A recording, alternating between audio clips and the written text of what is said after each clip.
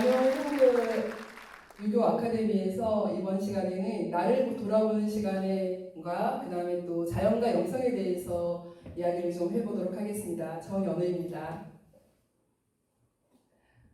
요즘 사람들은 되게 많은 시간 자기 자신에 대해서 시간 투자를 많이 하시는 분도 계시고 하지 않으신 분들도 되게 많이 계시는데 요즘에는 시국이 코로나19라서 그쵸 스트레스를 많이 받는 경우가 되게 많은 것 같아요. 그죠? 근데 이제 실제로는 밖에서 일하는 시간도 많지만 집에서 이제 이렇게 있는 시간들도 되게 많은데 그 시간들을 온전히 나를 위해서 보내는 경우가 이제 그렇게 많지는 않더라고요. 자, 그런 측면에서 본다 그러면 사람들이 요즘에는 매너리즘에 빠져 있는 경우도 이렇게 굉장히 많은 것 같아요. 여러분들도 그러신가요? 어르신들이신데 매너리즘에 빠지는 경우도 있으신가요? 제가 저번 시간에도 한번 말씀드린 것처럼 곡성 어르신들의 인생 이야기를 집필하면서 어르신들을 만나 뵙게 되었는데요. 제 어르신들께서 가장 크게 어려워하시는 분들이 뭐냐면은 절대 인생에 있어서 변화가 없다는 이야기를 하시는 분이 계세요. 왜 이렇게 나는 사는 게 똑같을까? 한결같을까? 이러더라고요. 그러니까 재미가 없는 거죠. 실제로 이 매너리즘이라는 게 무슨 말인고 하니 항상 틀에 박혀 있어서 일정한 방식에서 태도를 취함으로 인해서 어때요? 그런 신선미라든가 독창성을 잃어버리는 것들을 보고 매너리즘이라고 얘기를 하잖아요. 근데 이러한 매너리즘에서 어르신들도 그 안에서 허우적거리시는 분들이 계시는데 그것을 보니까 뭐가 되냐면은 나중에는 우울증 그다음에 조울증을 오기 시작하면서 밖에 나가서 이렇게 생활하는 거 누구를 만나는 거를 되게 불편하게 생각하시는 분들도 계시더라는 것들이죠. 그죠? 이제 그런 부분에 대해서 나를 돌아보는 시간을 한번 갖고자 이 시간을 만들었는데요. 실제 이 매너리즘이라는 용어는 그 1520년부터 17세기 초에 유럽에서 그 미술에 관한 이야기를 쓰기 시작하면서 이렇게 도래된 그런 단어인데요. 그게 요즘에는 그 문학에서도 비평이라든가 평론에서도 이 매너리즘에 관한 이야기를 되게 많이 사용하기 시작하면서 어때요? 그렇게 같이 통용이 되고 있는 이 매너리즘 이야기, 그렇죠? 그래서 그런데 실제로 이 매너리즘이 무서운 게 뭐 같아요? 그 상황에서 벗어나지 못할 경우에 어떤 하나의 감정이 쌓이기 시작하면서 그 감정이 지속이 된다고 한다 그러면 일상생활 하는 데 있어서 굉장히 어려움을 겪게 된다는 것들이죠. 이거는 어디까지 갈 수 있어요? 대인 기피층까지 갈 수 있게 되는 거죠. 그래서 문 밖으로 나서는 일이 두려워지는 것이고 친구를 만나는 거 그리고 또 하다못해 남편이 곁에 오는 것도 싫은 거예요. 아내의 경우에는 남편의 경우에는 부인이 옆에 오는 것도 싫고 친구들하고 같이 소통하고 동호회를 가거나 여러분들 뭐 파크골프도 하시고 이렇게 하시던데 거기에도 잘 안 나가게 되고 이렇게 되는 거죠. 그러다 보면은 결국에는 어때요? 그 늪이라는 데에서 내가 안주하게 되는 거죠. 빠져있게 되는 것들이죠. 이런 것들을 벗어날 수 있는 방법들을 찾아야 되는데 그런 것들이 뭐냐면은 한 번씩 여러분 정말로 내가 누구인지 내가 뭘 하고 있는지 지금 나는 여기서 뭐 하는지를 돌아볼 필요가 있을 것 같아요. 여러분들은 이 앞전 시간에도 말한 것처럼 아름다운 노년을 가지고 있습니다. 노년은 그 살아왔던 청춘의 시간들을 열심히 달려와서 지금은 더 나은 시간을 가기 위해서 아주 나를 돌아보면서 조금 더 편안한 시간을 가기 위해서 잠깐 멈춰있는 시간들이에요. 이 멈춰있는 시간을 나를 돌아보는 시간으로 여러분을 찾았으면 좋겠습니다. 여러분들 요즘에 그 트로트 많이 좋아하시죠? 대중가요 트로트가 요즘엔 대세인데요. 코로나19로 안방에서 막 트로트 임영웅 나오고 막 조용필도 나오긴 하는데 예전에는 조용필이가 저희들한테 트로트 대중가요로서는 대명사였었죠. 조용필이가 부른 킬리만자로의 표범이라는 노래가 있는데 그 노래를 한번 그 소입에 들어서 보시게 되면은 저희 여기 혹시 그 부분 아시는 분 계신가요? 한번 첫 문장 한번 읊어주시겠어요? 먹이를 찾아 상기석을 어슬거리는 하이에나를 본 일 있는가? 짐승의 썩은 고기만을 찾아다니는 산기슭의 하이에나. 나는 하이에나가 아니라 표범이고 싶다. 산장 높이 올라가 굶어서 얼어 죽는 눈 덮인 킬리만자로의 그 표범이고 싶다. 자고 나면 위대해지고 자고 나면 초라해지는 나는 지금 지구의 어두운 모퉁이에서 잠시 쉬고 있다. 야망에 찬 도시의 그 불빛, 어디에도 나는 없다. 이 큰 도시의 목판에 이렇듯 철저히 혼자 버려진들 무슨 상관이랴. 나보다 더 불행하게 살다간 고울한 사나이도 있었는데 정말 바람처럼 왔다가 이슬처럼 갈 순 없잖아. 계속 하실 거예요? 그만하셔도 되는데 와 목소리 정말 좋으신데요. 자 거기에서 조용필이가 부른 킬리만자로의 표범에서 제가 끄집어내고 싶은 게 있어요. 혹시 눈치채셨나요? 나보다 더 고독하게 살다간 고우라는 사내도 있었는데 그 고우란 사나이, 그 사나이가 누군지 혹시 여러분 아십니까? 우리 여러 선생님들은 아실 거예요. 우리 학교 다닐 때 미술 시간에 빈센트 반 고흐라는 자기 귀를 잘랐던 아주 불행한 미술 그림을 그렸던 네덜란드 출신의 프랑스 화가 고흐 혹시 아신가요? 그 이야기가 킬리만자로 표범에서 고흐란 사내가 나오는 거예요. 그 킬리만자로 표범이라는 이야기를 하면서 조용필이가 얘기를 하는 거죠. 나보다 더 고독하게 살다간 사나이. 그 고독하게 살다간 사나이 고우가요 얼마나 고독했었는지 여러분들은 들으면 정말로 마음이 아프실 것 같아요.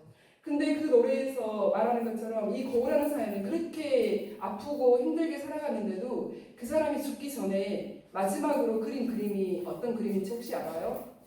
그 정신병원에 갇혀가지고 그린 그림인데 별이 빛나는 밤에라는 그림을 그렸어요. 그리고 고우는 친구들이 별로 없었죠. 사는 시간 내내가 너무 힘들었으니까요.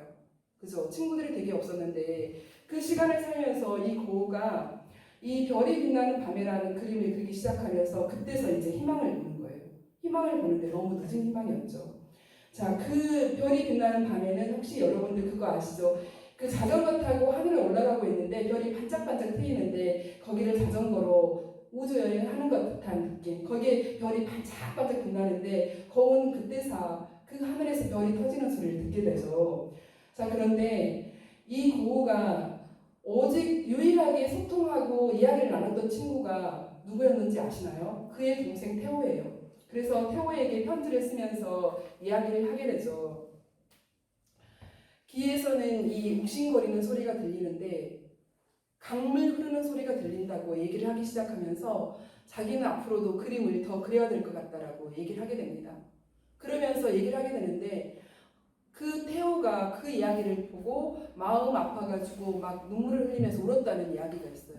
그 이야기를 들어보면은 진짜 빈센트 반 고흐는 실제로 귀를 자르고 나서 귀에서 들리는 소리가 욱신거리는 소리였을 텐데 어쩌면 그 살아온 시간 내내 그 사람에게는 욱신거리는 시간들이 아니었을까 싶어요. 되게 고독하게 태어난 그런 사람이었었죠. 그죠? 근데 그 사람은 그림을 그리면서 굉장히 열정적인 삶을 살았는데요. 그 사람은 그림을 그리면서 자기가 살았던 그런 슬픔까지도 어떻게 했냐면 그림으로 그렸어요. 그죠? 그리고 그 슬픔을 깊은 고뇌를 그려내기 시작하면서 아주 강렬하게 인생을 살다갔는데 마지막에 자기가 좋아했던 그 애인을 만나지 못하게 하고 애인이 떠나가자 뭘 하냐면 애인의 아버지였던 나에게는 멘토와 같았던 그 가세 목사라는 그 분을 어때요? 그분이 이제 맡게 되는 거잖아요. 자기 딸을 만나지 못하게 하니까. 그러면서 이제 가세가 자기 딸을 고우라는 사람이 만나는 것을 반대를 하고 이렇게 하다 보니까 그 앞에서 뭐를 해요? 기도한 적이 없는데 권총을 배에다 대고 자살을 합니다. 근데 실제로 이제 자살을 해서 37살에 생을 마감하게 되는데 사랑하는 여자는 무덤 앞에 장례식에 이제 찾아오지 않게 되는 거고 아버지가 물론 보내지 못하게 했겠죠.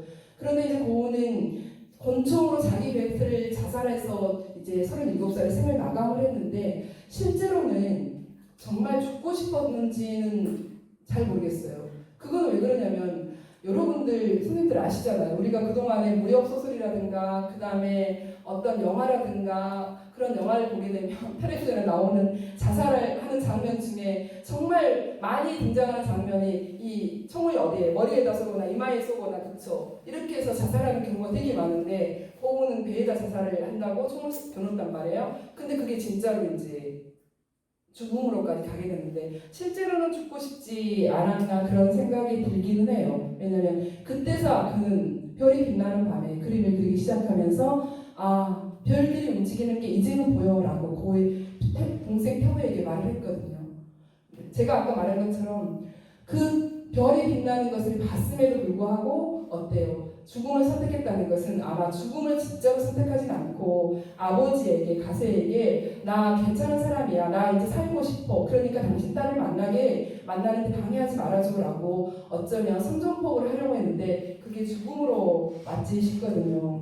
거우의 작품 중에서 그 유명한 작품들 되게 많죠. 해바라기, 노란 해바라기도 있고요. 그 다음에 아들네의 침식, 그 다음에 뭐 의사 가세의 초상이라 이런 그림들이 있는데 그들의 대표작 같은 것은 뭐 이런 이야기들을 가지고 있죠. 그리고 우리가 알고 있는 거우는 실제로 네덜란드에서 태어나서 프랑스 파리로 가가지고 이제 그림을 배우기 시작하면서 프랑스의 이제 인상파들의 이야기를 통해서 밀레라든가 이삭 죽는 여인이라든가 이런 것들을 통해서 정말 삶 자체가 뭐가 되냐면 그게 그림으로 표현해야 된다라고 얘기를 하게 되는 거죠. 그러면서 삶에 대한 이야기를 하는데 보이는 그대로 그림을 그리는 게 아니라 그 안에다가 내가 생각하는 이야기들을 얹어서 그리는 게 그림이라고 얘기를 하게 되는 거죠. 그러면서 이제 그가 살아오는 시간들을 그림에 얹어서 이야기를 하게 되는데 그의 시간 자체는 조용필의 노래에서 말하는 것처럼 엄청나게 고독하고 더 불행하게 살다간 고우였던 것들이죠. 그죠? 그래서 그는 항상 옥신거리는 길에서 강물 흐르는 소리가 들린다고 얘기를 했던 그런 삶이라고 얘기를 했죠. 고우가 했던 이야기들 그는 항상 그랬었어요. 나는 내 삶을 위한 어떠한 확신을 갖고 있지 않다. 그렇지만 별들의 풍경은 나를 꿈꾸게 한다. 라고 하면서 그는 자기 스스로가 매너리즘에 허우덕거릴 시간도 없이 어떻게 했어요? 그렇게 가난하고 고독하고 애로운 시간을 보냈어요. 그렇죠? 거칠고 힘든 시간을 살면서도 어떻게 살았어요? 그는 자연에 몰두를 했고 심장이 튀어나올 정도로 그 모든 감정들을 그림에 담아서 그림을 그렸어요. 그죠? 그렇게 고독하고 우울했던 고우가 자신의 작품에다가 그림을 그리는데 어떻게 해서 길을 자르게 되고 길을 자르게 되면서 뭘 하는 거예요? 아, 나에 대한 자기 스스로를 들여다보게 되는 것들이죠. 그러면서 스스로가 길을 자른 그거에 대한 이야기로 스스로 자청해서 정신병원에 들어갑니다. 그죠? 그래서 정신병원에 들어간 그 아들르라는 그 도시에서 그 아들르는 바닷가가 있는 그런 도시였어요. 아주 작은 도시였는데 거기에서 이제 정신병원에 잠깐 밖에 나와가지고 사람들이 손을 잡고 지나가는 그 모습을 쳐다보면서 거기에서 그 강물 흐르는 소리를 듣습니다. 그 강물 흐르는 소리가 내 귀 속에서 들리는 소리하고 같다고 얘기를 하는 거죠. 그러면서 이제 고우가 그 자리에서 캔버스를 펼쳐놓고 그림을 그리는데 그 그림이 바로 그 유명한 별이 빛나는 밤이에요. 거기에다 그림을 그리기 시작하는데 별이 반짝반짝 촘촘히 움직이고 터지는 소리를 들리는데 그 그림을 그리면서 고우는 살고 싶다는 이제는 살만하다는 그런 희망들을 보게 되는 것들이죠. 그런데 어떻게 해요? 그거는 너무 늦은 희망이었다고 아까 말씀드렸었죠. 별들이 춤추는 것을 보는데 자기 자신도 이제사 그 매너리즘에서도 빠져나올 준비가 되었고 그 다음에 그 고독에서도 고독으로 사람이 이렇게 망가질 필요가 있는 게 아니라 어쩌면 고독한 자체도 인생이라고 그제서야 느꼈던 그 시간이었는데 그만 사랑하는 여자 하나가 내 옆에 있게 되지 못한다는 그 상실감에서 어떻게 해요? 배에다 총을 쏘고 자결을 하게 되고 37살에 그렇게 아까운 생을 마감하게 되는 것들이죠. 그 고독했던 사람 중에서 이제는 한 번 정도는 조금 더 어때요? 나를 돌아보면서 정말 고독도 인생이라고 생각하면서 살려고 했었는데 그래서 조용필이가 말을 했는가 봐요. 나보다 더 고독하게 살다가는 고울한 사나이도 있었더라고. 그죠? 이렇게 했던 거죠. 자, 그 절망의 순간에 별빛 소리를 터지는 소리를 들었습니다. 그리고 그 별빛 터지는 소리를 그림으로 그렸죠. 그죠? 그런 것들을 보면은 사실은 우리가 산다는 게 되게 먹먹한 것 같아요. 그렇게 어렵고 힘든 상황에서도 그쵸 자기가 할 줄 아는 거 그림을 그리면서 그림 안에다가 슬픔을 집어넣고 고독을 집어넣고 그러면서 뭐를 해요? 세상 살아가는 이야기들을 그 그림하고 대면하면서 이야기를 하게 되는 것들이죠. 그죠? 그러면서 자기가 살아왔던 시간들에 대해서 이제서 애착을 가지려고 했던 그 빈센트 반 고흐는 실제로 살아있는 동안에는 본인이 그렇게 행복하지는 않았어요. 그런데 행복하지는 않았는데 그가 죽고 나서 이제 그의 그림들이 한 번씩 사람들 눈에 띄기 시작하면서 돋보이기 시작하는 것들이죠. 그러면서 이제 사람들은 그에 대해서 이야기를 하기 시작을 해요. 자, 가장 아름다운 시간들은 우리가 살아있는 시간들에서 우리가 행복하다고 느낄 때이기도 하지만 내가 그 시간을 온전히 감내하고 이기고 살아냈을 때도 가장 아름다운 시간들이었다고. 고흐는 그런 시간들을 어떻게 했어요? 자기가 할 줄 아는 캔버스에다 그림으로 그렸어요. 그러니까 고흐는 자기 그림 안에서 슬픔을 온전히 드러냈고요. 그 다음에 고뇌하는 사람들을 그 안에서, 그 다음에 열심히 밀레 그림처럼 이삭 죽는 여인들의 그림들처럼 자기 그림에도 그런 그림들의 색채를 담아서 그림을 그리기 시작했었죠. 이런 그림들이 이제 나중에 죽고 나서 뭐를 했어요? 사람들에게 인식이 되기 시작하면서 빈센트 반 고흐는 죽고 나서 더 많은 사람들에게 알려지게 되고 읽혀지게 되는 것들이죠. 그래서 실제로 그의 시선이 어디에서 어떻게 멈추겠는지 오늘을 사는 우리들이 한 번 정도는 그것을 새겨봐야 되는 그런 메시지 같아서 오늘 나를 돌아보는 시간에 빈센트 반 고흐의 고독한 삶에 대한 이야기를 잠깐 언급을 했습니다. 그와 반대로 조지 클라우센이 그렸던 그 아주 작은 아이, 들판의 작은 꽃이라는 혹시 그림을 보신 적이 있으신가요? 들판에 작은 꽃이 있어요. 민들레꽃 같은 아주 작은 꽃인데 죽은 개 투성이에 작은 아이가 그 작은 민들레꽃 같은 작은 꽃이 앞에서 엎드려갖고 발 두 개 들고 그 꽃 따고 아이 컨택하면서 쳐다보고 있는 그 그림이 조지 클라우센이 그린 그림이에요. 근데 실제로 조지 클라우센 같은 경우에는 고흐하고는 다르게 굉장히 부유한 집에서 태어난 굉장히 멋진 왕자님처럼 살았던 화가였어요. 그런데 그 왕자님처럼 살았던 그 화가 눈에 그가 이제 캔버스를 들고 이제 그림을 그리러 길을 나섰는데 어떤 작은 아이가 들판을 향해서 뛰어가더라는 거예요. 근데 그 작은 아이가 뛰어가는데 아주 젠트송이고 냄새는 나고 얼굴은 씻지 않아갖고 죽은 개보다도 더 깨질질한 그런 모습이었다는 거예요. 근데 뛰어가고 있는 그 아이의 발걸음이 되게 가벼운 거예요. 그래서 그 아이가 뛰어가고 있는 그 아이를 놓치지 않고 시선이 계속해서 그 아이를 쳐다봤더니 어느 들판으로 가가지고 갑자기 들을 깔고 엎져서 그 꽃하고 아이 컨택을 하더라는 거예요. 조지 클라우스는 살아오면서 자기 정원에 있는 장미라든가 이런 꽃들하고만 눈맞춤을 했었지 이 들판의 작은 이 민들레 혹시 같은 아주 이 작은 꽃하고는 이렇게 보지도 않고 살았던 그 시간이었는데 이 아이는 그 작은 꽃하고 눈맞추면서 아까 오면서 그 깨개지한 얼굴은 어디 가버리고 웃고 있더라는 거예요. 실제로 나중에 알아보니까 이 아이는 어디 가서 청대를 받았지 한 번도 너는 괜찮아, 너는 예쁜 아이야, 너는 대접받아도 돼, 너는 맛있는 것을 먹어도 돼 하면서 행복하다는 소리, 예쁘다는 소리, 이쁘다는 소리를 들어보지 못하고 살았던 그런 신데렐라 같은 아이였어요. 항상 재 묻은 옷을 입고 다녔던 그런 아이였던 거죠. 그런데 이 아이가 그런 힘든 시간을 견디고 버티는 것을 어떻게 했냐면 이 들판에 가서 꽃하고 아이 컨택을 하면서 그 시간을 견디고 있더라는 것들이죠.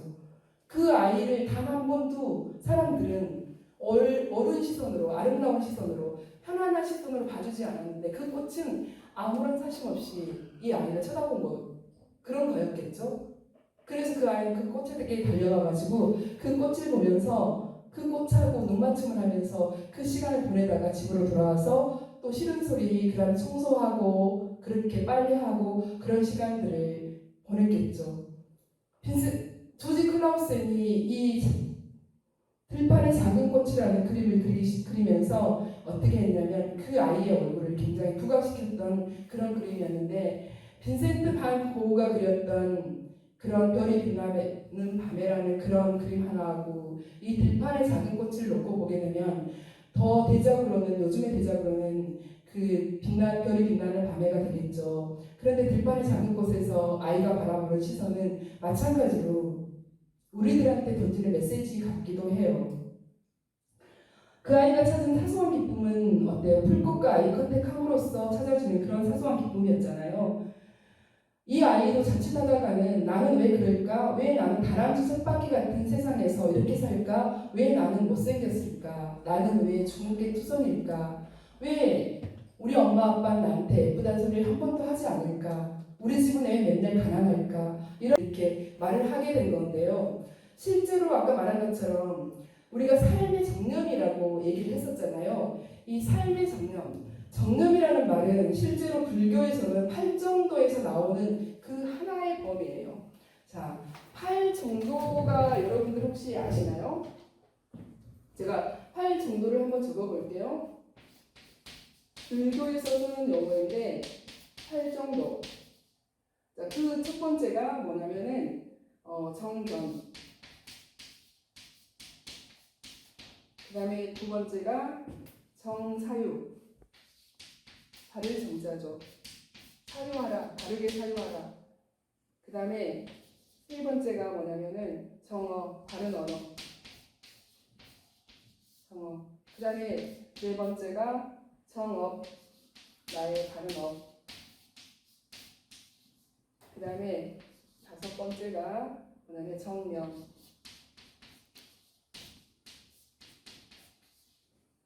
여섯 번째가 정정진.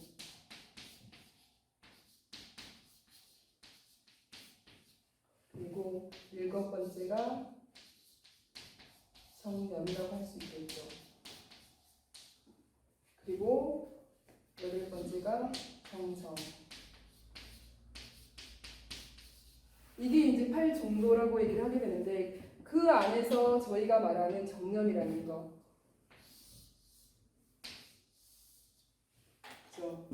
실제로 이 정념이라고 얘기를 하게 되는데 이 매너리즘에서 요즘 같은 어려운 시기에 그리고 많은 사람들이 좀 느슨하게 살기도 하고 나태해지기도 했었죠. 여기에서 어떻게 매너리즘에서 벗어날 수 있느냐, 그것은 이게 삶의 정념이 있어야 된다는 거예요. 그죠? 아까 말한 것처럼 삶 자체에 대한 깊은 신뢰도 있어야 된다는 것이고, 그러면 정념이라는 것은 이 정교로 파악한 모든 법의 본성과 모습을 바로 기억해서 잊지 않는 것을 정념이라고 얘기를 합니다. 그러니까 내가 살아온 하나의 가장 의미 있는 시간들, 바르게 보았던 것들을 어떻게 해야 돼요? 모든 법의 근거에서, 그치? 그 본성과 모습을 제대로 기억해서 그것을 잊지 않는 것을 정념이라고 얘기를 합니다. 그죠? 그렇게 했을 때 내가 살아가야 하는 지금 이 시간에서 내가 매너즘에 빠져 있었을 때 나를 일으켜 세울 수 있다는 거죠.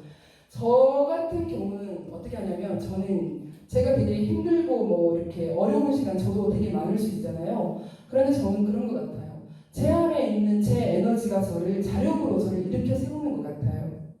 저도 매너리즘에 빠질 때 있죠. 매번 애들 가르치게 있고 제가 그 청소년 꿈을 키우는 대안학교에 있는데 제가 키우는 그 가르치는 아이들이 요즘에는 뭐냐면 학교 밖 아이들 같은 아이들이에요. 학교 밖에서 학교 생활을 제대로 하지 못하는 아이들. 그러다 보니까는 아이들 되게 거칠고 그 아이들과 같이 있으면 그 아이들이 하는 언어 자체가 전부 다 여기에요. 뭐 여기서 말을 해도 될까? 님이 씨발 뭐 이러면서 뭐 족같네 막 이런 말들을 그냥 대수롭지 않게 하는 거예요. 우리 강의실에 들어가죠. 교실에 들어가잖아요. 그럼 아이들이 하는 언어들 있죠. 그 언어들이 막 공중에서 막 돌아다니고 있는 거예요.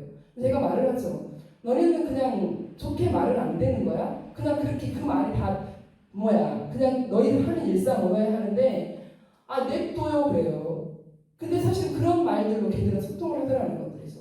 그런데 그런 아이들을 제가 가르치면서 그런 아이들한테 무엇인가를 하고 있으면서 보면은 저도 자칫 못하게 되면 자칫 뭐하냐 매너리즘에 빠지게 돼요. 내가 무엇하고 있지? 내가 애들을 위해서 진짜 뭔가를 제대로 하고 있긴 한가? 학교에서 아이들을 제대로 못해서 우리에게 입학기관에서 나의 입학교수로 거기 가서 정년도 가가지고 그 아이들 한번 케어해봐요 라고 얘기를 했는데 정말 내가 그 아이들에게 그것을 하고 있는가? 애들에게 나도 똑같이 학교에서 똑같이 아이들을 내 시선에 맞추어서 아이들을 가르치고 있는 건 아닌가? 그러다 보면 이 아이들은 밖으로 다시 나갈 수밖에 없지는 않을까? 내가 이 아이들이 올해 1년 잘 견디게 하게 되면 80년을 살 수 있게 하는 건데 지금 1년을 견디지 못해서 이 아이들이 흐트러질 수 있는데 잘못된 길로 빠질 수 있는데 저도 잠깐씩 그런 매너리즘에 빠져요. 그러다가 다시 돌아오죠. 제 에너지로 돌아옵니다. 자력으로. 저는 이것이 저한테는 정념인 것 같아요. 그렇죠?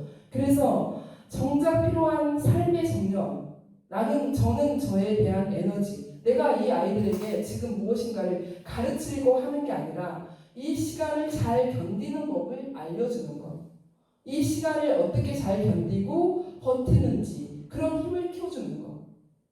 역사책에서 나오는 역사, 조선왕조 500년에 대한 527년 27대 왕에 대한 이야기, 이순신 장군이 어떻게 노량해전에서 어떻게 싸웠고, 이런 이야기들을 아이들한테 가르치는 게 아니라, 그런 얘기도 중요하죠. 가르치는 게 아니라 아이들이 지금 현재 15살부터 16살, 17살, 18살, 19살을 어떻게 그 1년 1년을 견뎌서 나머지 80년이라는 시간까지 가게 해주느냐. 이게 저한테는 목표인 것 같아요. 사회성원으로 이 아이를 어떻게 내보낼 것인가, 살게 할 것인가. 그랬을 때 제가 가지는 매너리즘 빠질 때마다 제가 제 스스로에게 컨트롤시키는 것은 저의 에너지죠. 여러분들도 그런 정념들, 그것은 뭐냐면 여러분들이 살아온 시간들이 여러분들을 어떻게 할 거예요? 케어하고 여러분의 본성으로 끄집어낼 거라는 거죠. 그래서 여기에서 말하는 팔정도에서 말하는 이 정견의 시견으로, 그쵸? 시각으로 보아왔던 일들이 뭐가 되냐면 하나의 나의 정념으로 어떻게 할 수 있다고 끄집어낼 수 있다는 것들이에요. 그런 것들이 뭐가 되냐면 내 삶 자체에 대한 깊은 신뢰로 다가와 주겠죠. 그죠? 그래서 불교에서는 이 정념을 정법으로 극락왕생한다고 하는데, 자, 극락왕생함을 불교에서는 정념을 정법으로 극락왕생함을 믿는 일이라고 이렇게 말을 정확하게 합니다. 그래서 아미타불을 열심히 연불 한다고 얘기를 하더라고요. 불교에서는 이렇게 자기 자신을 케어하고 매너리즘에서 빠지는 것을 이렇게 아미타불 연불하고 그 다음에 정념을 정법으로 이렇게 세워서 극락왕생의 길로 가는 것 같습니다. 실제로 이런 부분들이 우리가 이제 많은 시간들을 살면서 지금은 이제 코로나19로 굉장히 어려운 시간들을 많이 살고 있잖아요. 그러다 보니까 사람들이 어떻게 되고 있어요? 어려운 시간들을 살기로 있기도 하고 이렇게 하게 되는데, 실제로 이제 이렇게 우리가 매너리즘에 빠지게 되는 그런 이유 중에서는 코로나19라는 것들이 굉장하게 크게 작용하기도 했었죠. 굉장히 크게 작용하기도 했었는데, 실제로 코로나19가 어떻게 왔어요? 우리 인간들의 욕심에 의해서 온 것은 아닐까요? 그쵸? 그래서 우리가 함부로 대했던 그 자연에 대해서, 그 다음에 우리가 너무 많이 물을 소중하게 여기지 않았다든가, 그 다음에 플라스틱을 많이 사용했다든가, 그 다음에 우리가 놓치고 왔던 것들, 그죠? 그리고 우리가 함부로 대했던 것들, 자연, 이런 것들이 훼손이 되기 시작하면서 그런 것들이 뭐로 와요? 코로나라는 어떤 바이러스를 만들어내기 시작하는 것들이죠. 결국 그 바이러스로 인해서 우리는 어떻게 됐어요? 인간과 인간의 거리를 두게 되어버렸죠. 그리고 바이러스로 인해서 어땠어요? 우리는 그것을 이제는 마스크라고 말을 못하게 쓰고 다니게 되는데, 실제로 이게 자연을 훼손했거나 이런 것들도 우리들이 지금 현재 바이러스를 야기시키는 원인 중에 하나이기도 하지만 어떻게 하기도 했어요.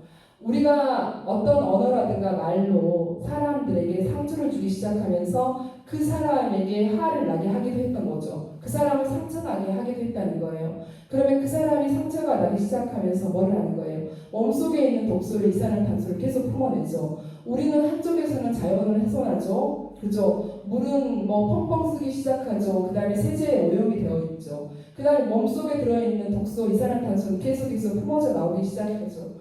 그러기 시작하면서 바이러스라는 이런 코로나19가 우리 앞에 오기 시작하면서 사람들과의 관계에 대해서 우리 한 번 더 생각해 보게 했잖아요. 그러면서 어때요? 맨 처음에 우리들에게 한 일이 마스크를 쓰게 한 일이었죠. 마스크는 실제로 서로의 바이러스를 차단하기 위해서 마스크를 쓴 것은 맞아요. 그거는 현상학적으로 맞죠. 그런데 저는 그걸 다시 본다고 한다 그러면 마스크를 쓴 거는 우리에게 한 번 정도 말하는 시간을 줄여보는 것은 어때라고 얘기를 한 것 같아요. 사람에게 상처 주는 일을 한 번 정도는 줄여보고 가자는, 그리고 한 번 생각해보자는 그런 이야기로도 들려요.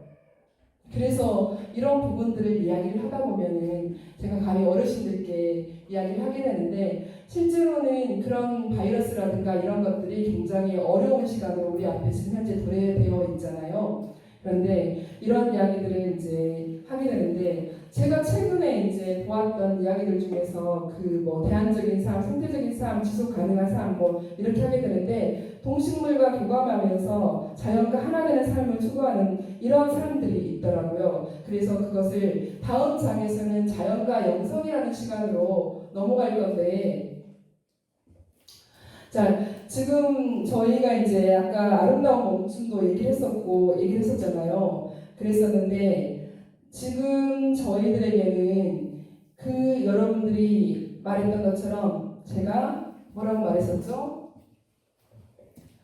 노년은 아름다운 멈춤이라고 얘기를 했었잖아요. 그런데 여러분들은 그 노년의 시간들을 아직 시작도 하지 않았어요. 그렇죠? 그래서 아름다운 멈춤들에 대한 이야기를 하게 되는데, 자, 여러분들이 아름다운 멈춤을 얘기를 하기 시작하면서 뭐를 해야 되냐면, 자, 그 내가 나이 들었다는 것들에 대해서 뭘 해야 돼요? 불편하다는 것들, 감정들을 버릴 필요가 있다는 것들이죠.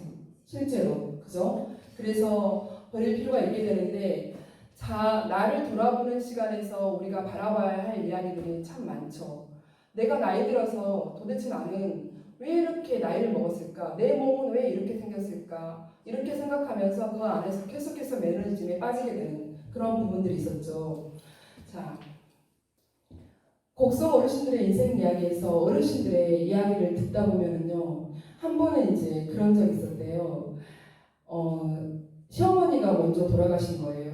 시어머니가 돌아가시고 이제 시아버지를 모셔야 되는데 시아버지가 치매가 온 거죠. 시아버지가 치매가 오고 그 다음에 이제 남편, 그 다음에 나 이렇게 아이들하고 이렇게 넷이 살게 되는데 시아버지가 치매가 오다 보니까 젊은 며느리 나는 너무 사는 것이 너무 팍팍한 거야.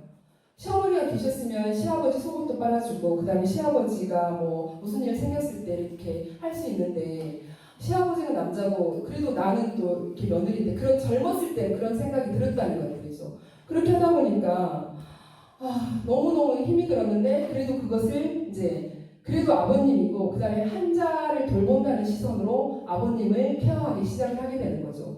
그런데 이제 하루는 아버님이 이제 치매에서 이상한 증세를 보이는 거예요. 내가 밭에 나가서 일을 하고 저녁에 집에 밥을 하려고 늦게 들어왔어요. 그리고 남편은 아직 난 밥을 해야 되니까 먼저 들어오고 남편은 아직 밭에서 일을 이제 잡일을 치르고 이렇게 들어오려고 더 늦게 들어오고 있고 그러니까 나 혼자 집에서 먼저 들어오고 있는 상황이었죠. 근데 그 시아버지가 뭐라고 말을 하냐면 그렇게 밖에 나가서 어떤 놈하고 그 짓을 하고 인제 왔냐고 막 하면서 막 치마를 걷더라는 거예요. 치마를 걷는 거예요. 자기 와이프인 줄 아는 거지.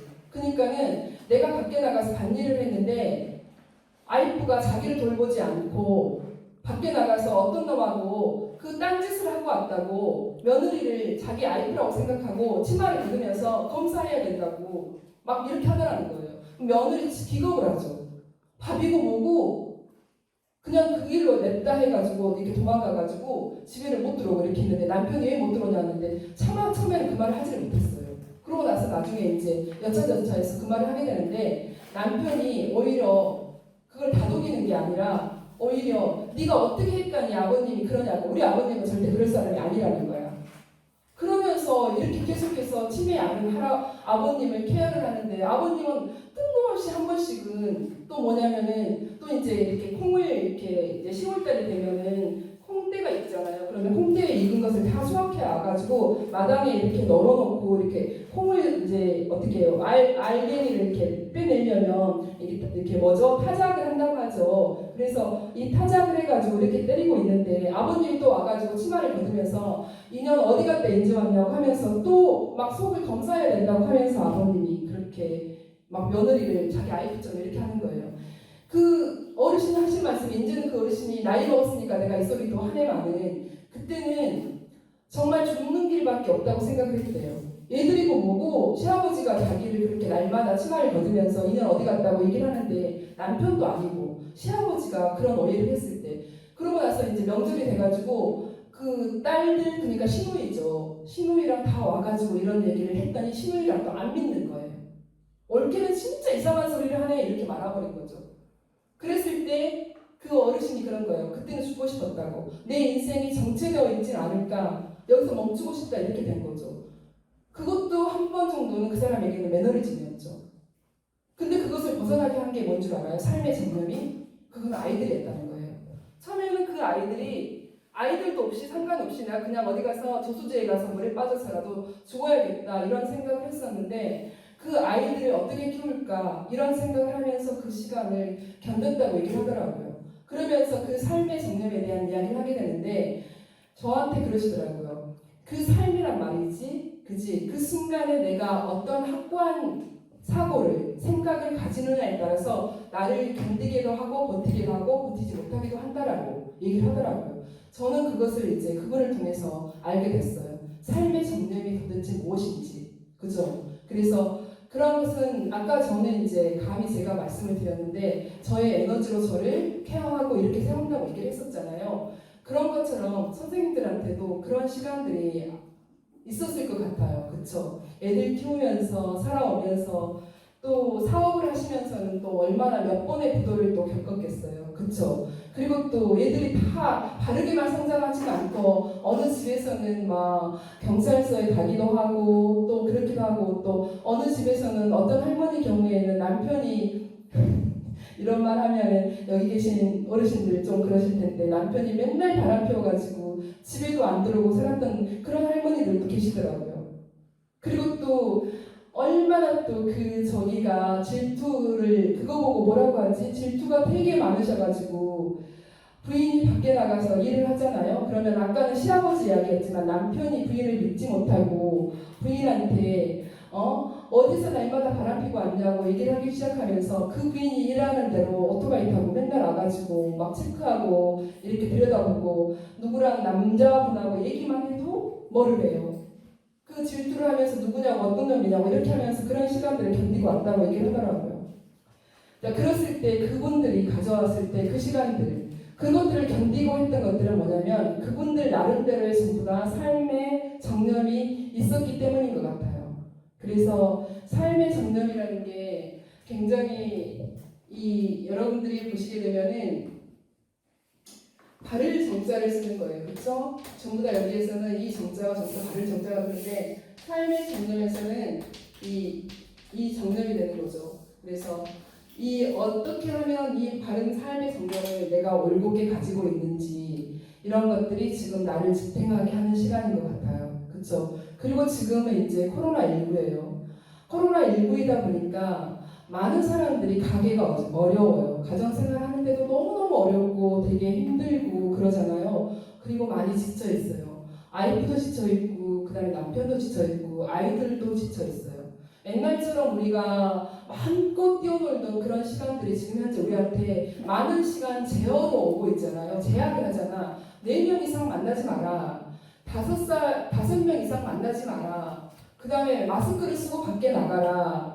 막 이러잖아요. 그리고 또 백신을 맞아야지 자유롭다 막 이러잖아요. 근데 또 백신 맞는 것도 한편으로는 아프면 또 어떨까 이런 또 어르신들은 또 그런 걱정도 들죠. 왜? 내가 몸이 건강하지 않은 경우에는 그러잖아요. 이렇게 어려운 시기에 정말로 그 빈센트 반 고흐처럼 어렵게 살았던 그 친구도 자기 길을 자르면서 자기가 정신병원에 스스로 갇히면서도 그러다가 마지막에 찾은 삶의 정령. 그쵸? 그 좋아하는 친구 하나를, 여자친구 하나를 만남으로 인해서 삶의 정령을 느꼈는데 그 여자친구가 갑자기 그 아버지가 여자친구와 만나는 것을 안 돼. 기도 자르고 걔는 불운한 아이였어. 내가 이 빈센트 반 고흐를 케어할 수는 있지만 내 딸의 배필로는 어울리지 않아라고 말했을 때 거기에서 오는 그 상실감이 얼마나 컸겠어요. 그런 빈센트 반 고흐도 삶의 정령으로부터 벗어나고 싶었던 그런 시간이었는데 어땠어요? 그 한순간의 잘못으로 자기 배를 솔직히 아까 말했잖아요. 우리 죽고 싶으면 뭐 머리에 총을 쏴거나 이렇게 해서 죽는 거지 자살할 때 배에다 총 쏘는 사람 없어요. 근데 빈센트 반 고흐는 배를 총을 쐈다는 말이죠. 그 말은 정말 죽을 생각이 아니라 그 아버지에게 선전포고를 나 살고 싶어. 그러니까 당신 딸을 만나는데 나 이렇게 하면 안 돼라고 말하고 싶었던데 그게 운이 안 돼서 명이 다 했었는데 그 시간에 37살에 이제 그렇게 짧은 시간 살다 가겠지만 여러분 이 매너리즘이라는 게 일상생활에서 나를 괴롭히더라도 여러분들이 지금 현재 여기 남해는 아까 오전에도 말씀드렸었는데 발해길이 참 좋더라고요. 밖에 나가서 새들 지저귀는 소리도 듣고 그 다음에 사람들하고 소통하면서 살면서 오늘의 시간들 내가 나이 먹었다고 너무 그렇게 자책하지 마시고 나이 먹은 것이 아름답다는 생각으로 지혜롭다는 생각으로 오늘을 산다고 한다 그러면 그 매너리즘은 아무것도 아닐 것 같습니다. 자, 조금 있다가 다음 시간 자연과 영성이라는 시간에서 다시 이어가도록 하겠습니다. 나를 돌아보는 시간에서 자연과 영성이라는 이야기를 지금 이제 할 건데요. 자연에 대해서는 여러분 어때요? 금방 우리가 자연 안에서 산다는 것을 알 수 있잖아요. 그런데 영성이라고 하니까 좀 어때요? 어려우신가요? 기도를 하라는 그런 말씀은 아니고요. 실제로 나를 돌아보는 시간에서 도대체 내가 어떻게 하면 지금의 이 시간들을 매너리즘에서 내가 벗어날 수 있을까를 고민을 해서 본다고 한다 그러면 그런 하나의 방법을 제시를 하고 싶었어요. 방법을 제시를 하다 보니까 게리 토마스가 말하는 9가지 방법의 이야기가 나오더라고요. 영성의 방법 중에서는 9가지 이야기가 나오게 되는데 사실 저는 그 영성에 대한 이야기를 기도인데 그것을 내가 나를 돌아보는 시간에서 나 자신을 위해서 한번 기도를 하고 그 돌파구를 찾는다 그러면 이 영성을 통해서 돌파구를 찾는데 자연 안에서 자연과 함께하면서 돌파구를 찾겠다. 이런 측면에서 자연과 영성이라는 이름으로 가지고 나왔습니다. 그래서 여러분하고 그 얘기를 좀 할 건데요. 실제로 이제 영성이라는 의미를 보니까 개인이나 공동체가 우리들의 삶의 본질과 목표에 대한 확실하게 사는 삶의 방식, 그런 확신에 따라서 사는 삶의 양식을 우리는 영성이라고 얘기를 하더라고요. 그렇죠? 그래서 인간 삶의 목표나 본질에 대한 확신에 찬 삶, 그렇죠? 그러한 모습들을 찾아가는 것을 영성이라고 얘기하는데 우리는 그것을 자연에서 한번 찾아보겠다는 거죠. 실제로 자연은 우리가 물으면 답을 합니다. 어떤 방법으로든지 답을 하게 되는데 자연이 하는 일을 보면서 인간이 얼마나 많은 불필요한 것들을 이렇게 끄집어내면서 사는지 그걸 우리는 알고 있죠. 실제로 자연은 우리가 물으면 답을 하는데 우리들은 그 많은 헛된 생각들을 자연하고 다양하게 물으면서 우리가 어떻게 살까? 비가 오면 참 좋겠어 라고 하면 자연은 어느 순간에 때가 되면 비를 내려줍니다. 그래서 자연은 답을 하죠. 그런데 비를 내려주기 전에 우리는 무수히 많은 헛된 생각들을 하게 되는 것들이죠. 그죠? 그러면서 또 내가 비가 오게 하기 위해서 여러 가지 방법들도 동원하기도 해요. 물론 때가 돼서 비가 오기도 하겠지만 그러지 않고 어떤 일에 대해서 비가 왔다고 생각하는 경우도 있겠죠. 그런데 자연이 하는 일을 보면서 인간들이 얼마나 많은 무수히 많은 불필요한 생각들을 하는지를 한번 다시 본다면 실제로 그 무수히 많은 생각들은 욕심에서 비롯된 것은 아닐까요? 자, 이런 이야기가 있어요.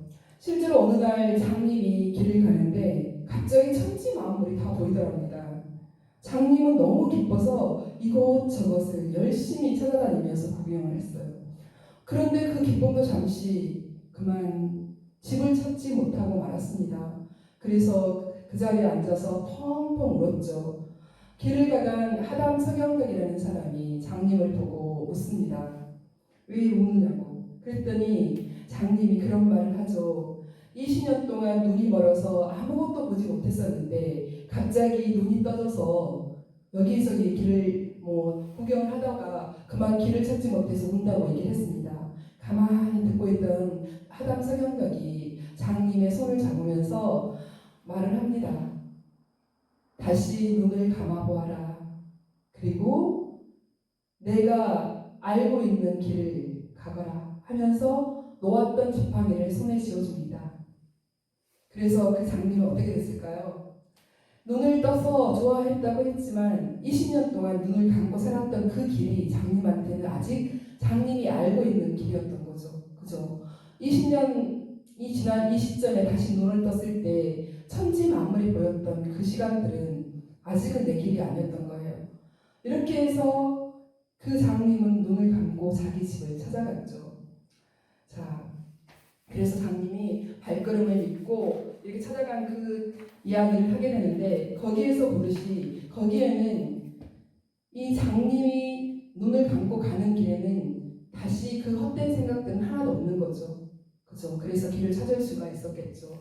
그래서 이런 헛된 생각들이 사실 우리를 괴롭힐 때가 아주 많습니다. 그 헛된 생각들은 길을 방해하기도 하고요. 그 다음에 오해를 불러오기도 합니다. 사실 길은 그대로인데 말입니다. 자연은 처음부터 질서 정연했어요. 그 질서는 굉장히 규칙적이었죠. 그것은 그렇게 특별한 일은 아니었지만 매우 특별한 일입니다. 질서가 있는 규칙은 자연스럽고 그 자연스러움은 상대를 불편하게 하지 않습니다. 이렇게 특별할 것이 없는 자연이 하는 일을 보면 작은 나무들이 숲에서 먼저 잎을 틔우고 나면 그 뒤에서 큰 나무들이 잎을 틔웁니다. 그것은 큰 나무들이 먼저 잎을 틔우게 되면 작은 나무들이 햇살을 보지 못할까 봐서 작은 나무들이 먼저 잎을 틔울 수 있도록 큰 나무들이 물러서 있어주는 거죠. 거기에는 아주 작은 배려가 있습니다. 또 나뭇가지 하나에 잎사귀가 아주 많으면 서로 부딪히게 되고 그래서 더디게 되고 또 상처를 입기도 하죠. 서로 아프다고 온전치 못하다고 잎사귀는 서로 그렇게 되는데 자 그런데 그때 어떤 잎사귀 하나가 스스로 어때요? 자기 잔디를 내어줍니다. 말라 죽거나 아니면 아주 작은 모습으로 뒤로 물러서 주죠. 그죠? 그래서 스스로 말라 죽으면서 공간을 다른 나뭇잎에게 자리를 내어주게 됩니다. 이게 뭐 아픈 손가락 같지만 너를 위한 그런 희생을 하는 거죠. 욕심을 버리는 일입니다.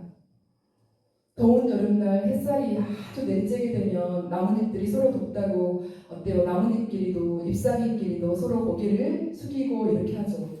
그런데 어떤 나뭇잎들은 큰 나무들을 보면은요 서로가 아주 빳빳하게 서서 서로를 마주보고 있습니다. 그건 왜 그럴까요? 오히려 반듯하게 서서 잎사귀를 펼치고 있는데 그것은 그늘을 만들어주기 위해서예요. 서로서로 살아가는 방법을 아는 것이죠. 더운 여름날 그렇게 서로서로 살아가는 방법을 우리는 자연에서 배우고요. 자연은 자기가 설 자리만 있으면 또 욕심을 부리지 않습니다. 설 자리가 없으면 큰 나무의 등을 빌려서 그 나무의 등을 타고 올라가기도 합니다.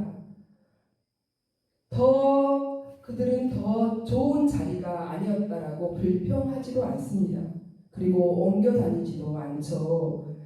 그대로 한 자리에 서서 죽는 날까지 불평 없이 그렇게 살다가 갑니다. 순리에 따르는 것입니다.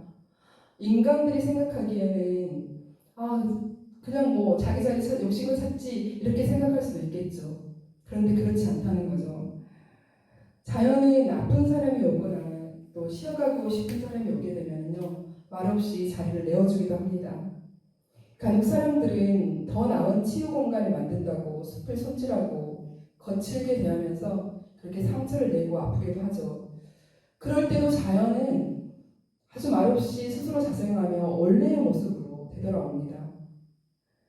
오히려 상처나고 아픈 시간들이 이렇게 자라서 사람들의 마음과 상처를 보듬어 주죠. 참으로 대견한 자연입니다. 그렇죠? 자연에서 아픈 마음을 씻기고 온 사람들은 어때요? 행복한 모습으로 다시 자기 다리로 돌아오죠. 그죠? 자연이 주는 치유 같지만 실제로 자연에게서 배워야 할 치유입니다. 선생님, 우리 아시죠? 자연은 어때요? 자연을 어기고 거스리면서 이기는 사람은 아무도 없습니다. 그날은 이긴 듯 보여도 실제로 자연은 어때요? 훼손이 되면 우리가 많이 더 상처를 받게 되잖아요. 그죠? 그래서 자연이 이렇게 상처를 입게 되면 상처를 입는 것은 자연이 상처를 입게 되면요. 자연뿐만 아니라 사람들도 그 안에서 상처를 입게 되는 거죠. 그래서 자연은 실제로 우리가 보는 것이 다가 아닌 것 같아요. 그래서 우리는 가만 제가 자연과 영성이라는 얘기를 하게 되는데 내 마음을 돌아볼 수 있는 그런 시간들을 만든다는 것은 굉장히 중요한 것 같아요. 그래서 자연이 하는 이야기를 들을 필요가 있을 것 같아요. 자연이 무슨 말을 하는지. 그래서 자연이 말하는 거를 가만 들어보십시오. 그죠? 그럴 때 자연이 말을 합니다. 내버려 두라고. 그쵸? 그냥 내버려 둬도 된다라고. 그대로 두라고. 물을 흐르듯이 두라고. 자연이 말하죠. 그리고 자연 앞에서는 무엇을 굳이 하지 않아도 된다라고 얘기를 하죠. 그죠? 인간이 알아들어야 할 자연이 주는, 인간에게 주는 답인 것 같아요. 그쵸?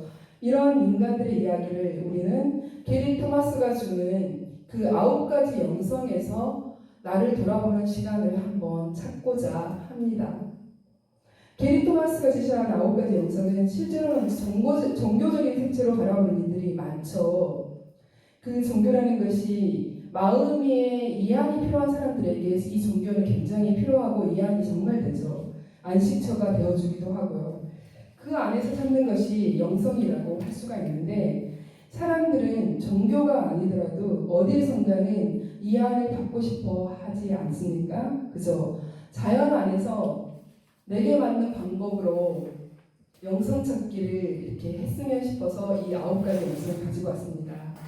이 9가지 영성을 통해서 합일이 되고 그 다음에 마음도 치유되기를 바라는 마음에서 그 9가지 영성 중에서 첫 번째 자연주의 영성, 두 번째 감각주의 영성, 그리고 세 번째 전통주의 영성, 그리고 네 번째 금욕주의, 다섯 번째 행동주의, 여섯 번째 박애주의 영성, 일곱 번째 같은 경우에는 열정주의 영성, 그 다음에 여덟 번째 묵상주의, 아홉 번째 지성주의 영성이 있어요. 이것을 하나하나 차근차근 찾아서 여러분에게 나를 돌아보는 시간을 자연 안의 영성으로 나를 돌아보는 시간을 갖도록 하겠습니다.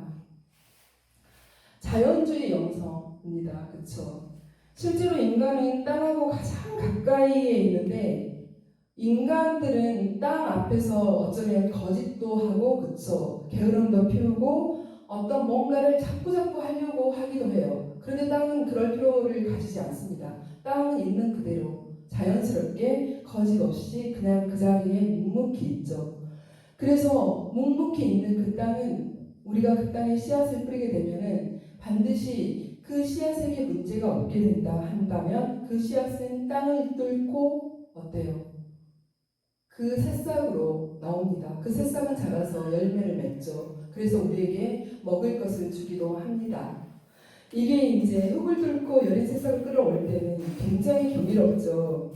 그렇게 돼지는 생명을 키우는 온천이고 어머니야도 같다고 할 수가 있겠죠. 그렇게 돼지가 키워낸 생명의 온천으로 그쵸? 우리는 마시고 먹고 삶을 영위해 갑니다. 인간이 먹는 식물의 대부분은 우리 자연에서 구한다고 볼 수가 있겠죠.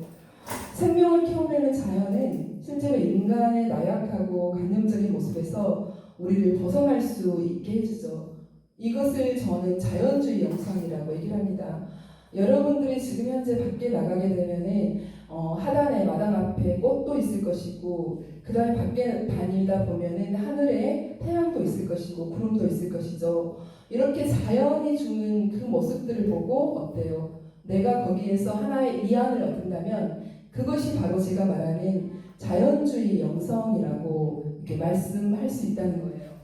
자, 그렇게 자연은 순환하며 순리대로 움직이죠. 순리를 저버리는 것은 인간의 이기심과 욕심 때문이고요. 그렇죠? 무엇을 하지 말고 순리대로 그냥 두고 보는 것을 배울 필요가 있을 것 같아요. 그렇죠? 삶이 고단하고 지칠 때 말없이 받아주는 자연이 있어서 얼마나 행복한지 여러분에게 자연주의 영성에 대해서 말씀을 드렸고요. 두 번째는 감각주의 영성입니다.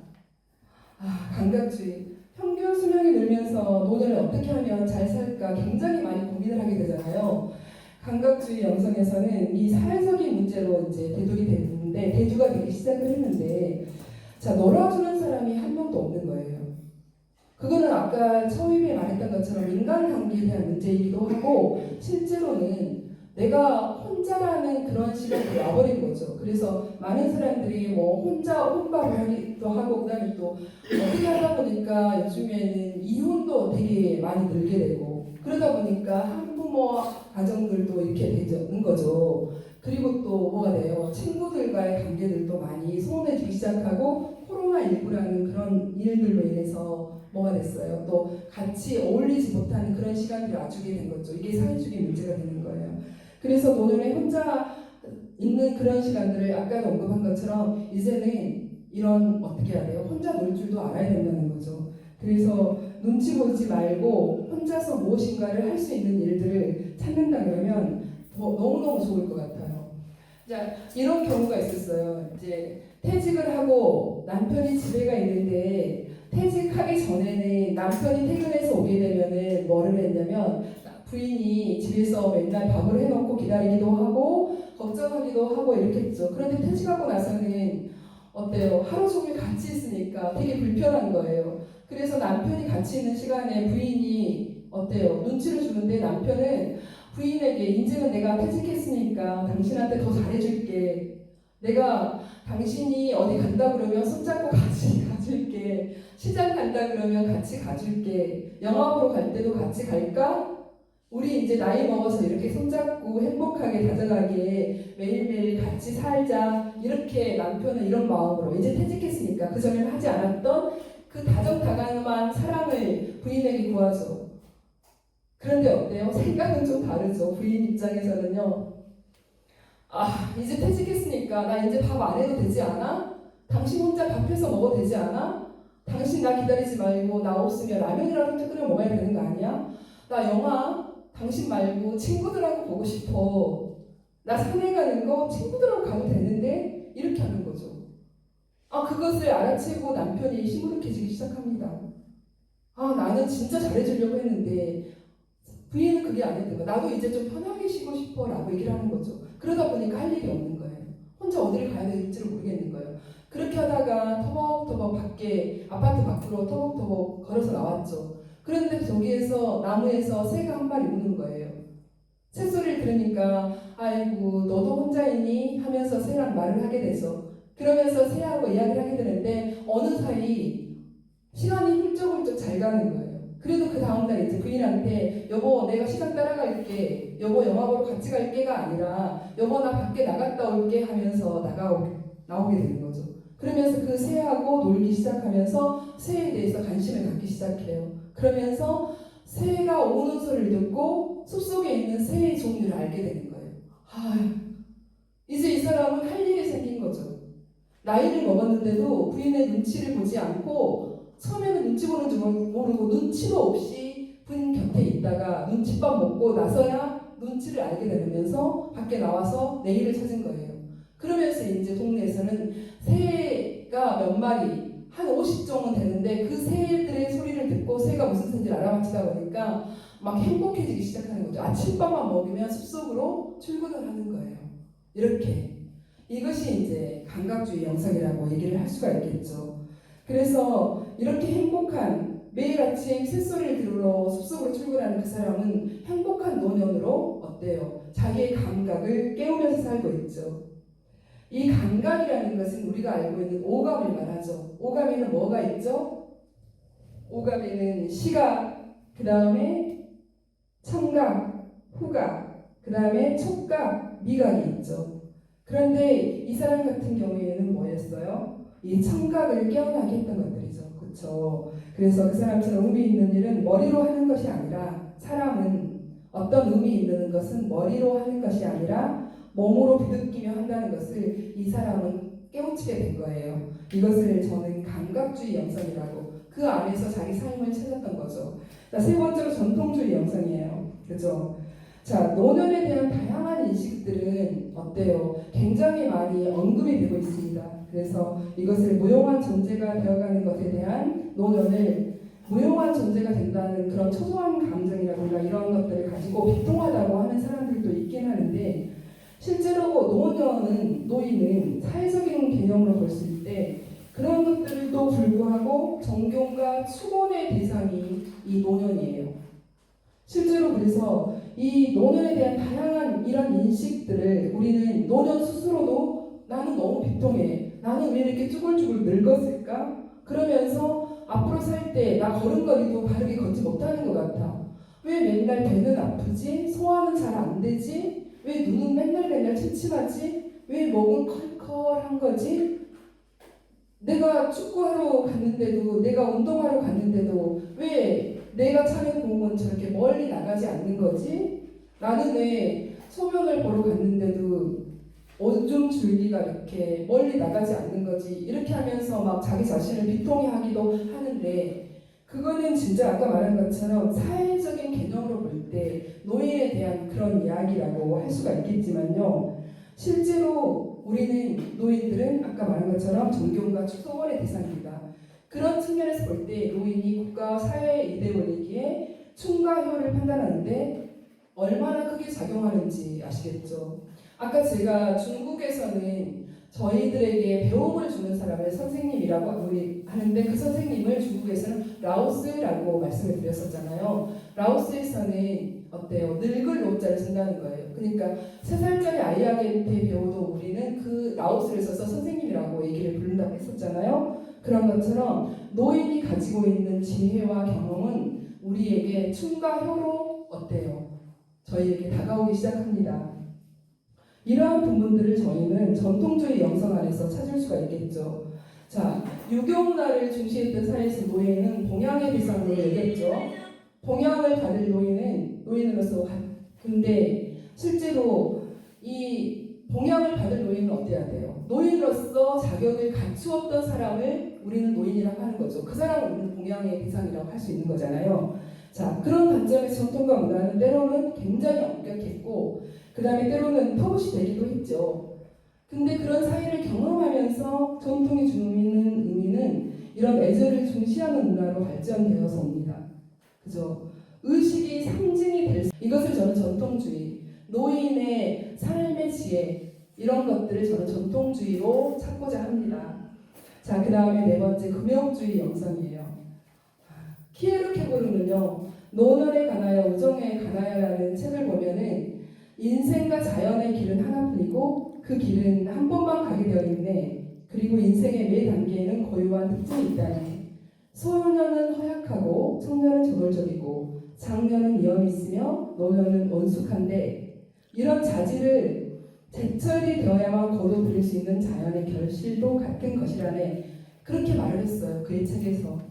자, 그렇다 그러면 여기에서 소년은 허약하다 했고, 청년은 저돌적이라 했고, 장년은 위험이 있다고 했죠. 노년은 온숙하다고 했는데, 자, 금욕주의 영성에서 제가 왜 이런 얘기를 하냐면은, 자, 청년들은 어때요?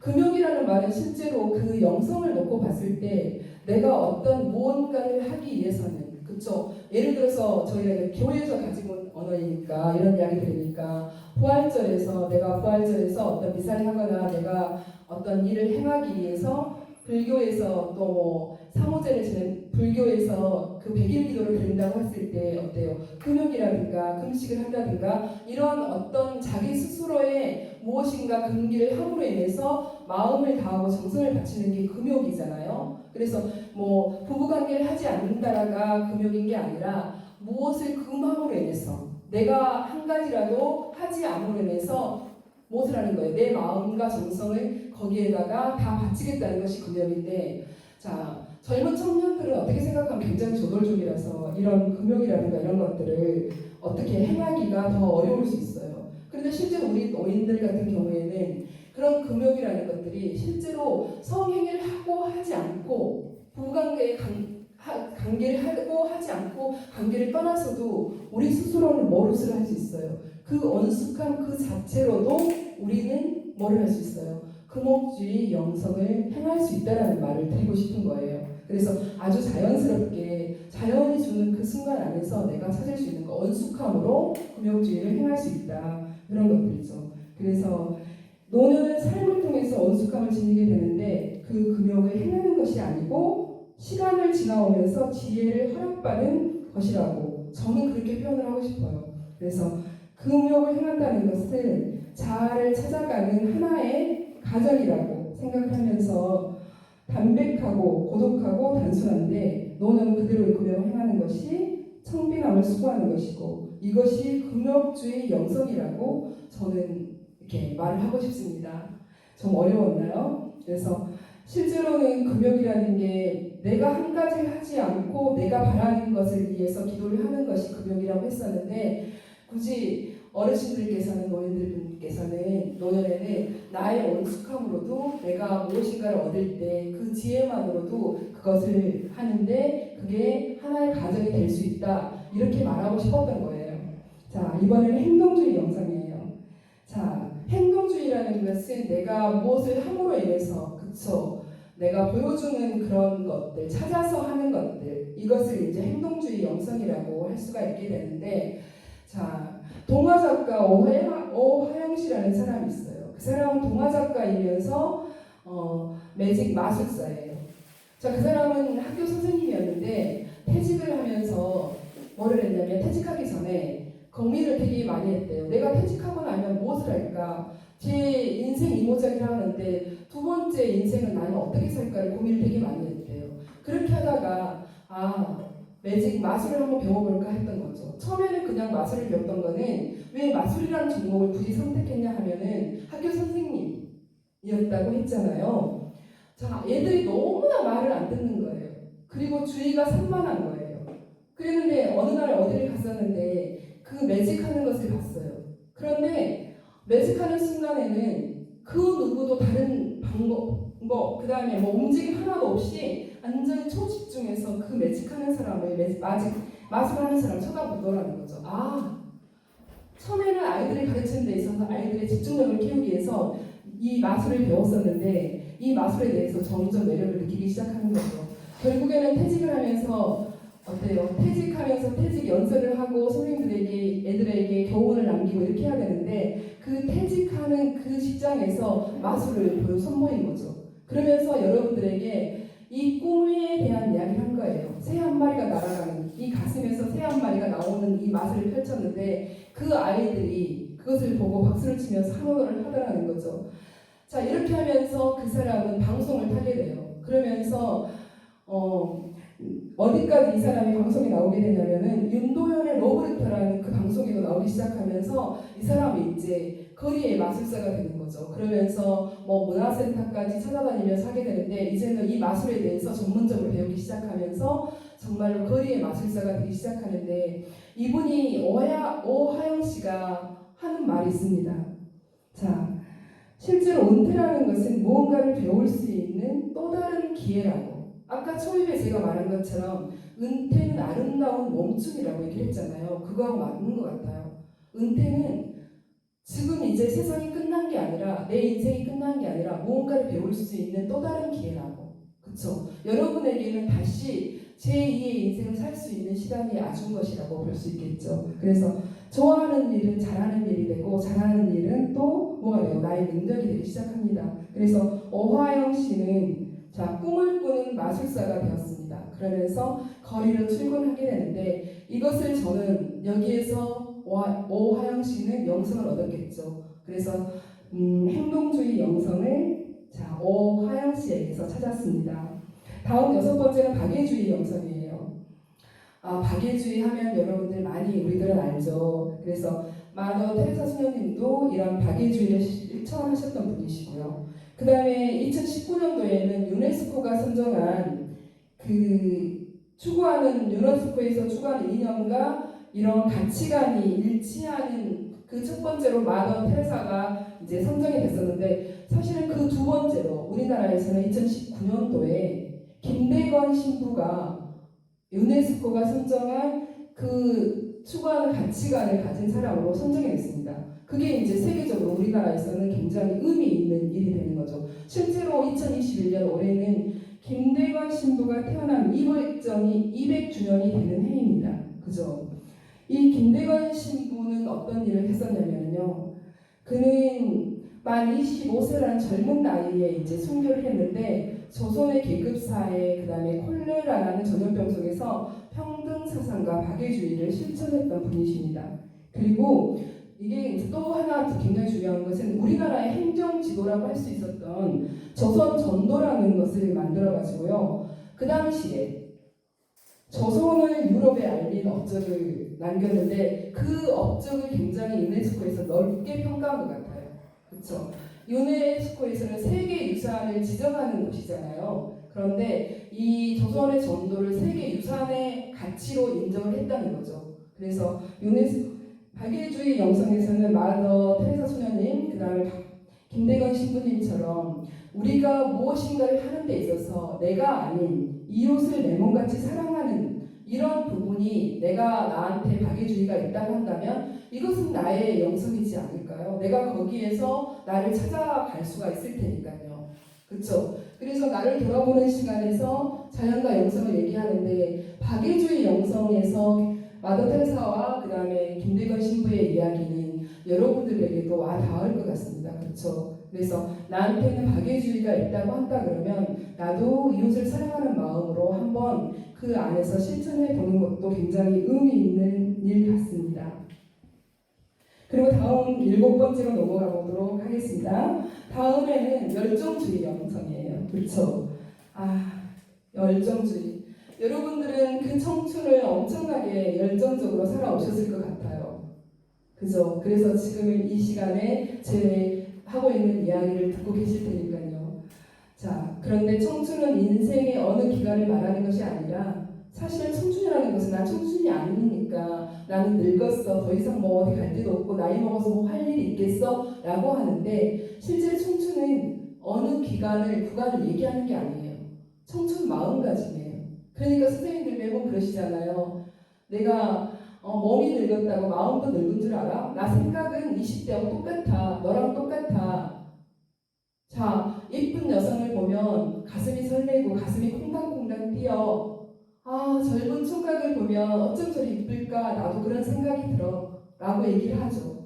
그죠? 그래서 청춘은 어느 구간을 얘기하는 게 아니에요. 내 마음가짐에 달라서 내 마음가짐에 따라서 달라진다는 거죠. 그래서 보면은 내 마음가짐 안에 아직도 내가 청춘을 키우고 있으면 내 마음을 어떻게 해요? 그 매너리즘에서 헤매게 하지 않는다 그러면 어때요? 항상 나는 청춘으로 살 수 있는 그런 길이죠. 자, 사무엘 울만의 시인은 그런 이야기를 하고 있죠. 그 다음에 첼로의 성자 파블로 카잘스도 97까지 살았대요. 자, 첼로를 아주 그 음악을 하는데 첼로 아주 큰 첼로 있죠. 자, 파블로 카잘스가 97까지 살았는데 어느 날 갑자기 기자가 물었대요. 선생님께서는 역사상 가장 위대한 첼로리스트로 손꼽히는데 왜 아직도 하루 6시간씩 그렇게 연습을 하시니까 그 특별한 이유라도 있습니까? 하고 물었대요. 그랬더니 파블로 카잘스가 뭐라고 말하냐면 나는 지금도 연습을 통해서 조금씩 발전하고 있다네 라고 대답했습니다. 그러면서 끊임없이 자기를 개발하고 있었던 거죠. 97세가 될 때까지도요. 자, 유명한 경영학자 피터 드러커는 또 96세까지 살았는데요. 그가 죽기 직전에 집필을 계속했습니다. 자, 사람들은 아직도 공부하느냐고 질문을 하죠. 그랬더니 그 사람이 뭐라고 말하냐면요. 인간은 호기심을 잃는 순간 늙는다라고 말을 남깁니다. 자, 열정이 없으면 죽은 거랑 뭐가 다르냐는 그런 말처럼 들리죠. 살아있는 동안은 살아있는 것처럼 살자. 이것이 열정주의 영성이 아닐까요? 그래서 선생님들께서는 아직 97세, 96세 아직 안 되셨겠지만 지금도 여러분들이 하고자 하는 일을 열정적으로 끊임없이 사랑하면서 하고 있다고 한다면 그런 것들은 여러분들에게 무엇을 줄 것 같아요? 자, 그런 삶의 어떤 정령을 줄 것 같아요. 그렇죠? 다음 묵상주의 영성입니다. 자, 묵상주의는 더 깊은 방법으로 사모하거나 열중할 때 발현되는 영성이라고 할 수가 있죠. 스님의 경우는 독경을 하거나 또는 면벽을 수행을 하면서 이런 묵상을 수행을 한다고 합니다. 자, 이 같은 방법도 하나의 묵상인데요. 저는 만약에 제가 묵상주의 영성을 선택을 한다 그러면 사실은 묵상하게 되면 아주 조용하고 아무 말 하지 않고 있는 것이 묵상이라고 하게 되는데 저는 그럴 것 같아요. 제가 좋아하는 책을 읽으면서 그 시간을, 나를 돌아보는 시간을 찾을 것 같아요. 저는 이것을 묵상주의라고 얘기를 하게 됩니다. 자, 여러분들도 좋아하는 책이 있으면 수업으로 읽어도 되고요. 저는 솔직히 묵상이라 그래서 무건처럼 아무 말도 하지 않는 것은 아니라고 생각해요. 내가 좋아하는 책을 내가 읽음으로 인해서 내 귀가 내가 읽는 책을 듣게 된다고 하면 이것도 묵상주의가 아닐까요? 이렇게 하면서 나를 돌아보는 시간을 찾는 방법도 있을 것 같습니다. 이제 마지막으로 지성주의 영성을 얘기하게 되는데요. 자, 생각이 일치하면 얼마나 좋을까요? 그런데 생각과 몸과 마음은 항상 다르게 움직이죠. 자, 나 자신의 감정을 자극하고 확장시킴으로써 영감과 창의에 도달하는 방법을 우리는 배웠어요. 그런데 실제로 사회적인 성취로 생존을 모색하는 그런 방법을 배웠는데 정말로 자기 자신을 확장시키는 그런 거에 대해서 정말 우리는 제대로 배운 적은 있는지 그런 것들을 한 번 더 생각해 볼 필요가 있을 것 같습니다. 그렇죠? 문명의 이기 앞에서 그렇죠? 인간의 위대함에 감탄하면서 우리는 경의를 표하기도 하죠. 그렇죠? 새로운 세계에 대한 호기심을 서로에게 자극시키는 일이 실제로는 굉장히 대단한 일이라는 것을 우리는 알고 있습니다. 그죠? 자신의 감정에 충실하기 위해서 일부러라도 우리는 자연의 경이로움을 느낄 필요가 있는데요. 실제로 이런 자연의 경이로움은 좋아하는 사람이거나 친구이거나 아내이거나 자녀에게 자연을 벗삼아서 새로운 세계에 대해서 논하면서 영감을 자극하는 일이 인간답게 살아가는데 굉장히 중요하다고 할 수가 있겠죠. 사실은 자연은 있는 그대의 모습으로 우리들을 그 앞에 앉혀놓기도 합니다. 있는 그대의 모습으로 우리를 그 앞에 앉혀놓기도 하죠. 실제로는 더 알고 싶기도 하고 그 다음에 더 사랑하기도 하고요. 실제로 이제 여러분들이 이렇게 자연주의 영성부터 시작해가지고 지성주의 영성까지를 통해서 나를 돌아보는 시간을 가졌는데 저는 그것들을 자연 앞에서 찾자고 얘기를 했었잖아요. 우리는 하나의 인간이지만 우리도 돌아간다는 것은 여러분에게 말씀드리는 것처럼 죽는다는 거예요. 그래서 하나의 온 안에서 우주 안에서 돌아가는 것은 내가 왔던 곳으로 돌아가는 것이죠. 돌아가는 그 순간까지 우리가 그 자연 안에서 하나의 자연으로 살게 되는데 살면서 우리가 느끼는 감정, 삶이 삭막하다고 느끼기도 하고요. 갑자기 혼자라고 느끼기도 하고 더 이상 꿈꿀 것이 없다고 느낄 때 우리는 우리보다 더 거대하고 신비로운 자연을 대한다면 어때요? 우리의 마음도 한결 누그러들어 되겠죠. 그렇죠? 그리고 우리 마음도 풀리게 됩니다. 근데 왜 그럴까요? 그건 왜 우리는 행복하다고 느낄까요?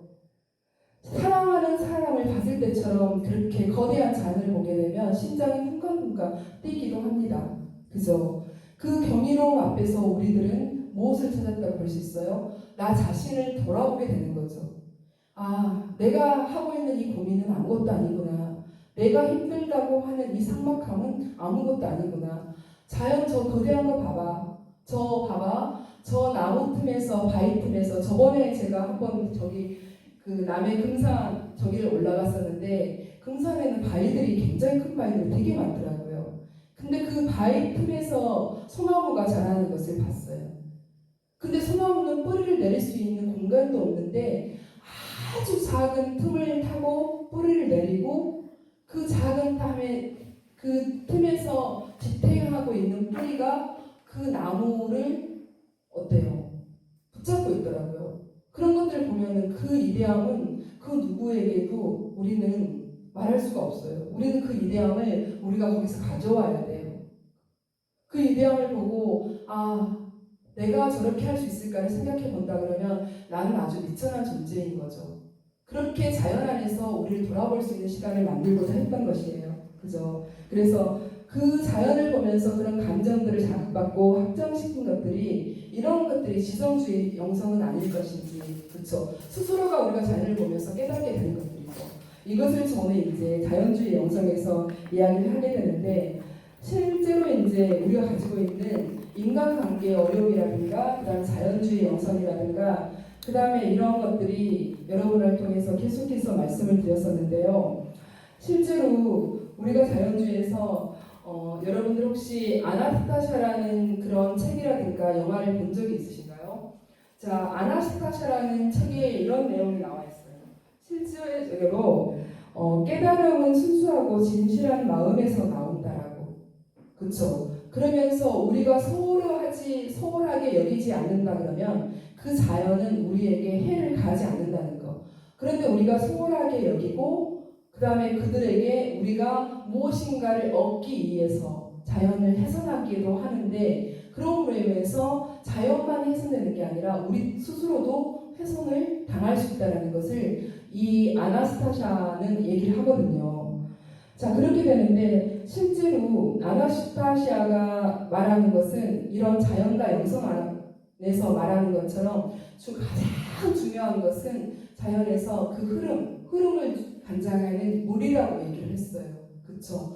우리 몸속에 들어있는 물은 뭐 70%가 물이라고 얘기를 하는데 그 물 안에서 우리들이 마시고 그 다음에 어때요? 우리 그 지구를 보면은 지구를 보더라도 어때요? 거의 이제 막 연결된 것은 예전에 길로 연결됐던 회로였잖아요. 그런 것처럼 실제로 우리가 가장 중요하게 생각하는 그런 부분들이 우리가 말하는 자연 안에서 모두가 들어있다는 것들이죠. 그래서 그런 자연 안에서 찾아야 하는 것들이 우리들이 가야 할 길인 것 같고 그런 길들의 방법들은 우리 스스로가 터득하게 되는데 그것은 우리가 어떻게 나를 찾느냐 나를 찾는 방법 안에는 그것은 깨달은 만큼 중요한 것은 없다는 것들이에요. 그래서 그런 깨달음들을 저는 그렇게 게리 토마스가 말하는 9가지 자연주의 영상 안에서 한 번 정도 되돌아보면서 깨달음을 찾고자 해서 자연주의 영상을 가져왔다고 할 수 있는데요. 가져왔는데요. 실제로 이런 자연 안에서 지성주의에서도 말한 것처럼 우리의 감각을 깨우고 확장시킬 수 있는 것은 큰 배움이 있어야 하는 거죠. 그 배움이 자연이 주는 것이라고 감히 말씀드릴 수 있어요. 그렇죠?